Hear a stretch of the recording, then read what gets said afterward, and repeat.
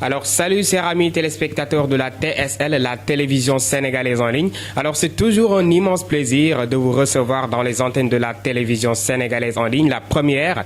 Tey ma am mbégte ak contentement di dalal ki nga xamante ni mu ngi wuyoo ci turu Amadou Seck. Et on va parler avec vous aujourd'hui sur plus de 8 idées de business que vous pouvez lancer en 2020, vu qu'on est dans un monde digitalisé et que tout est accessible. Vous avez l'information, vous avez tout.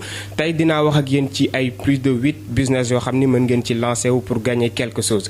Monsieur Seck ñu ngi lay nuyu. Merci beaucoup Prophète maa ngi lay fay bu baax di am mbégte aussi di partager ak yow émission bi nga xamante ni sénégalais yu bëri apprécier nañ ko man aussi vraiment kontaan naa trop nekk sa invité tey. Voilà, merci Monsieur Seck d'avoir répondu à notre invitation. Et je vais commencer par le commencement. Monsieur Seck, si vous avez une idée de business pour les jeunes qui nous voient à travers la TSL, une idée que vous pouvez partager avec ces jeunes-là concernant peut-être la réussite et tout, etc. Est-ce que vous en avez une? Bon, je vais vous donner une idée 100% sénégalais. 100% sénégalais. Surtout pour les femmes. Voilà, ndax actuellement après le coronavirus.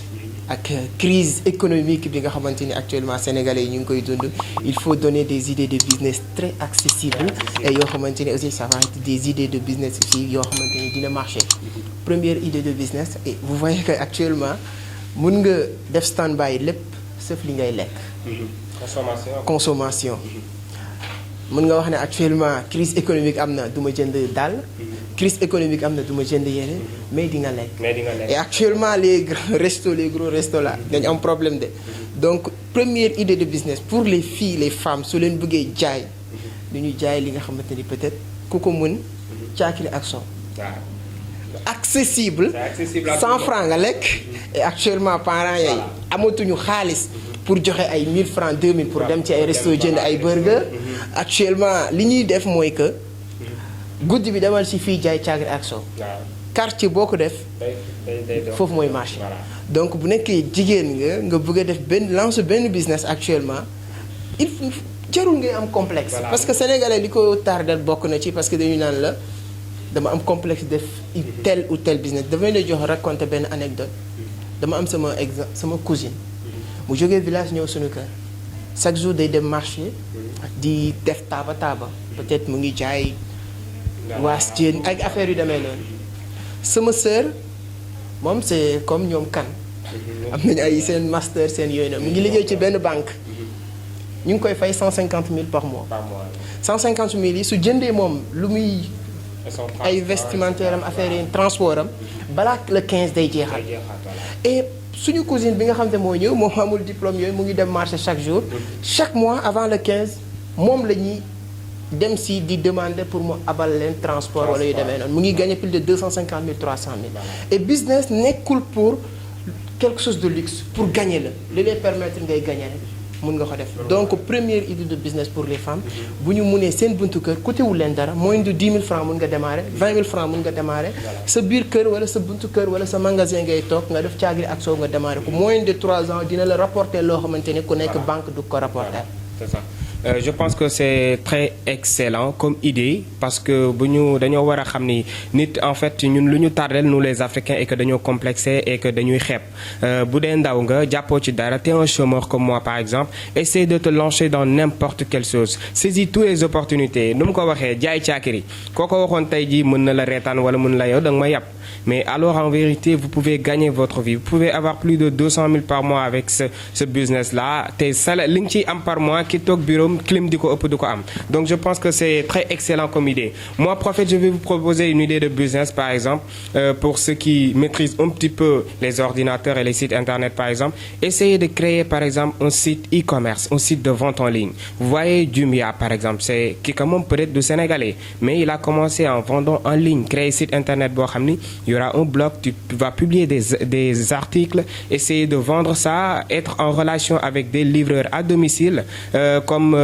par exemple yow da nga tijji site de vente en ligne nga dugg sur www.wix.com ma jox leen ko ma baaxee leen ko mën ngeen fa dem créer seen site de vente en ligne gratuitement sans aucun frais créer ce site bu dee da nga amul assez de fonds pour jënd ay marchandises demal fu ci mel ni Petersen ou bien Sandaga nga fekk fay distributeurs yu mag, essayez de nouer des relations avec eux. Tu leur dis que si vous avez des marchandises qui sont sur le marché et disponibles, voilà, vous me donnez des échantillons, par exemple des photos, je vais partager ça sur ma site internet, et lorsque vous aurez des commandes, vous allez juste essayer de trouver des livreurs qui vont prendre les marchandises et les déposer sur vos clients, etc. Et ça pourra marcher à merveille. Lu ci mel ni senmarché.com bi nga xam ni yow mi yaa ko créé, je pense que mu ngi dox aussi. Donc ak yeneen idée. Je pense que dañoo nekk ci monde digitalisé, tout est digitalisé, tout marche sur internet.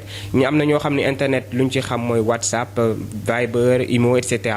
Mais il faut savoir que vous pouvez gagner votre vie à travers les réseaux sociaux, à travers l'internet, plutôt sur les sites de vente en ligne. Donc monsieur Seck boo amaatoon beneen xalaat à part jaay caakiri bi nga wax, beneen xalaat boo ñu mën a ajouter laat aussi dina am solo lool pour ñi nga xam ni ñoo ñuy suivre. D'accord, merci. Comme li nga wax léegi am na solo muy e-commerce. Bon, du publicité mais soo defee www.senmarché.com di nga xam njëriñu e-commerce muy nekk suñu site. Donc bu ne beneen idée de business damay wax vente directe. Toujours damay bëgg di jox léegi les jeunes, les Sénégalais ay idée de business yoo xam ne c'est très accessible. C'est-à-dire que avec 0 franc nga mën ko démarrer. Parce que actuellement crise bu ñu nekk nii ñëpp di ko dund, bon doo conseiller nit ki idée de business boo xamante ni après danaa la bon c'est bien mais fan laay jëlee fonds. Donc vente directe, c'est-à-dire comme li nga ko waxee c'est un peu similaire ak e-commerce mais du e-commerce. Da ngay gis koo xamante ni am na ay fournir produits yu muy écouler, c'est-à-dire yow nga teg ci benn marge nga ubbi sa peut-être lu ma lay conseiller ubbi tout simplement benn page Facebook ou bien nga utiliser Instagram comme li nga ko waxee am na ñoo xam ne nag Facebook Instagram dañ fay jaay seen bopp, et alors que am na leneen lu ñu war a mën a jaay ci réseaux sociaux yooyu noonu.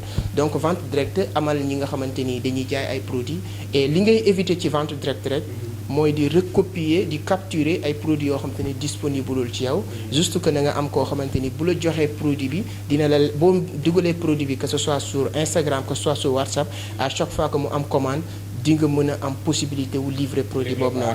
Donc loolu noonu man gis naa si ñu siy gagner seen vie, et donc c'est accessible képp koo xamante ni comme ni nga ko waxee sànq mën na utiliser internet. Et actuellement WhatsApp que soit Facebook ba du ma wax sax ku ko mën utiliser, même bon ku foo mënti jógee ci àdduna bi foo mënti nekk, même bu nekkee mosoo utiliser ordinateur sax une fois que ñu expliquer la ko di nga ko mën def. Donc vente directe muy li américain yi di woowee dropshipping, ça marche très bien et ça paye. Ça marche très bien.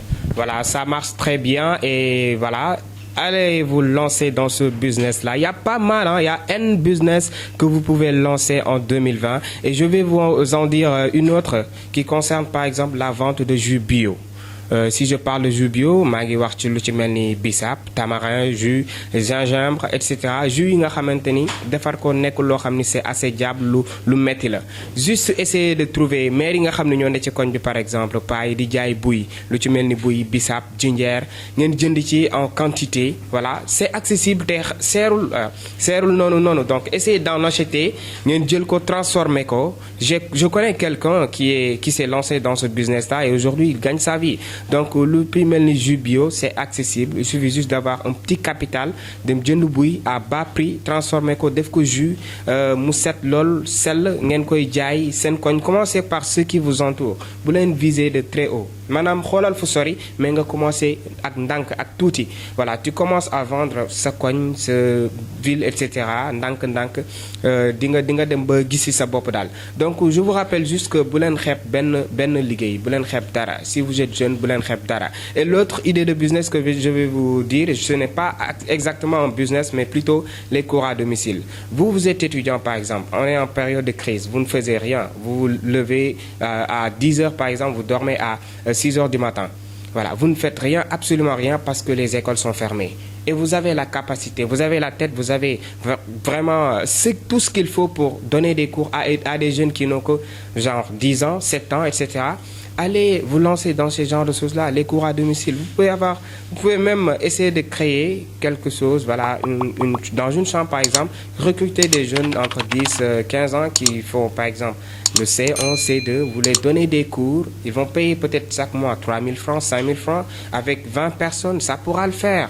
le mois donc n'essayez pas de croiser les bras li may wax toujours banque say loxo rek nga nekk jeune nekk en âge de travailler am ce qu'on appelle la santé li nga xam ne ñëpp amuñ ko donc lépp lu ngeen gis bépp opportunité bu ngeen gis dugg leen ci te bu leen xeeb dara donc monsieur Seck ma bàyyi la nga baaxeewaat ñu beneen rek xam naa li ñu dese ci waxtu bareetul nga baaxeewaat ñu beneen après ñu daal di tënk jox téléspectateurs yi dig daje ba beneen yoon.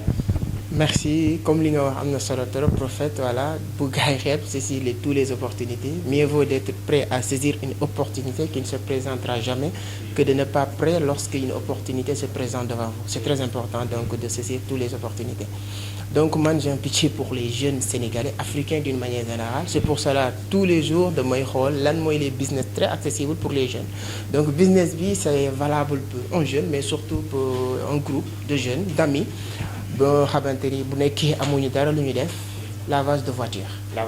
toujours damay joxe ay business yoo xam te ne c'est un peu parce que voilà sénégalais yi lii wuñu ko défavoriser parce que sénégalais rek ngay gis koo xamante ni à chaque fois que ñu wax la kii c'est un agriculteur ñu ne la suñu la waxee kii baykat la ñu ne la c'est un badoolo. même bu yoree 4x4 boo xamante ne yow.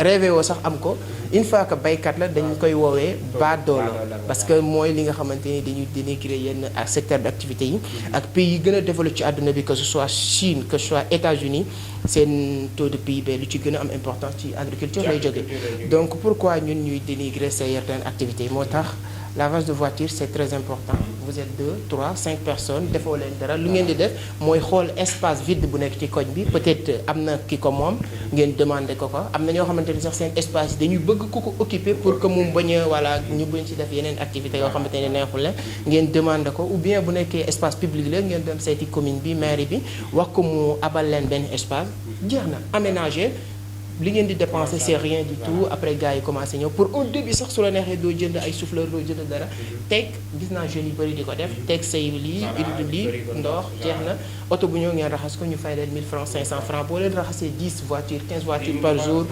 c'est de l'argent donc il ne faut pas sous-estimer il faut chercher il y a beaucoup de choses à faire il y a un ami qui me dit que en Afrique tout est à faire ou à refaire et là où tout est à faire ou à refaire il y a beaucoup de choses à faire voilà, c'est ça. À l'extérieur tout est déjà fait donc soo demee amul lan loo mën a def mais ici tout est à faire ou à refaire donc là où il y voilà tout est à faire ou à refaire donc am ngeen possibilité def lu bari donc business boobu laa la bëggoon baaxewaat ak internet yi muy lavage de voiture ça marche et ça paye. Ça paye bien parce que imaginez-vous 10 000 francs par jour par exemple sur 10 voitures le mois c'est 300 000 francs je pense que am na ñuy toog ci bureau pendant une longueur de journée et ils n'ont pas ce salaire-là donc bu leen xeeb dara lancez-vous dans tout comme j'ai l'habitude de le dire donc pour terminer je vais vous donner juste une idée de business concernant l'élevage des poulets de chair on voit qu'on est en Afrique et on consomme beaucoup nit mën na bañ a jënd yére mën na bañ a jënd leneen ak leneen mais lépp lu jëm ci biiram da koy fonk te lépp lu mu am da ko ciy def donc lancez-vous dans l'élevage de la des poulets de chair par exemple maanaam ñu gën ko xam ci njaayum ganaar jënd ay cuuc même pas à 500 francs bu dee kees mën ngeen ko amee par 350 francs le ngeen jënd ko di jaay investir avec un capital de par exemple mën ngeen déparer par 100 000 si vous avez 100 000 francs par 50 000 ça dépend ci nombre bi nga bëgg a yar commencé ko di jaay da ngay gis bu demee ba développer après un mois 40 jours par exemple di ngeen ko jaay à 2500 francs le te somme bi maanaam mën na leen permettre ngeen yokkaat seen comment dirais-je nombre bi ngeen njëkkoon def ou bien ngeen lancé wu ci beneen business parce que lépp loo gis commencement boo gis rek c'est juste pour projeter dans l'avenir investir dans d'autres secteurs et pouvoir gagner sa vie tranquillement bañ a tàllal loxo bañ a yalwaan je pense que loolu lañ leen indiloon tey ci seen émission l'entrepreneuriat du 21e siècle ma àndoon ci ak sunu mag sunu xarit sunu DG monsieur Amadou Seck donc dañ leen di jox dig daje beneen yoon ci seen beneen numéro avec Prophète ci seen émission l'entrepreneuriat du 21e siècle n'oubliez surtout pas de vous abonner et de liker commentaire si possible on se donne rendez-vous prochaine fois merci